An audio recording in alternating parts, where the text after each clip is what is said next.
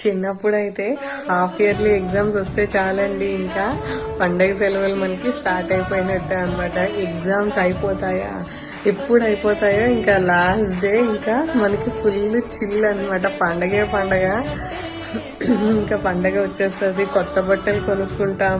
First thing అండి, అమ్మమ్మ వాళ్ళ ఇంటికి చెక్కేస్తాం కదా సెలవులు ఇయ్యగానే. భోగి రోజు తెల్లవారే భోగి మంట వెయ్యాలి. కట్టెలన్నీ ఎక్కడెక్కడ ఉండవన్నీ ఏరుకొని తెచ్చేసి భోగి మంట అయితే వేస్తాం కదండి.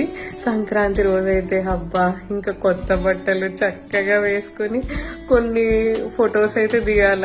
ఫొటోస్ దిగాక ఇంకా అవి అప్పుడు ఇలాంటివి లేవులేండి, ఇన్స్టాగ్రామ్ ఫేస్బుక్ ఉండేది అనుకుంటా, అప్లోడ్ చేయాలి.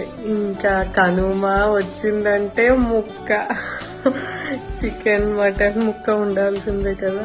ఎంతైనా అప్పటి రోజులు వేరండి. పండుగ వస్తుందంటే ఇంకా అమ్మమ్మ వాళ్ళ ఇంటికి లగెత్తరహో అని ఇంకా వెళ్ళిపోవడమే కదా.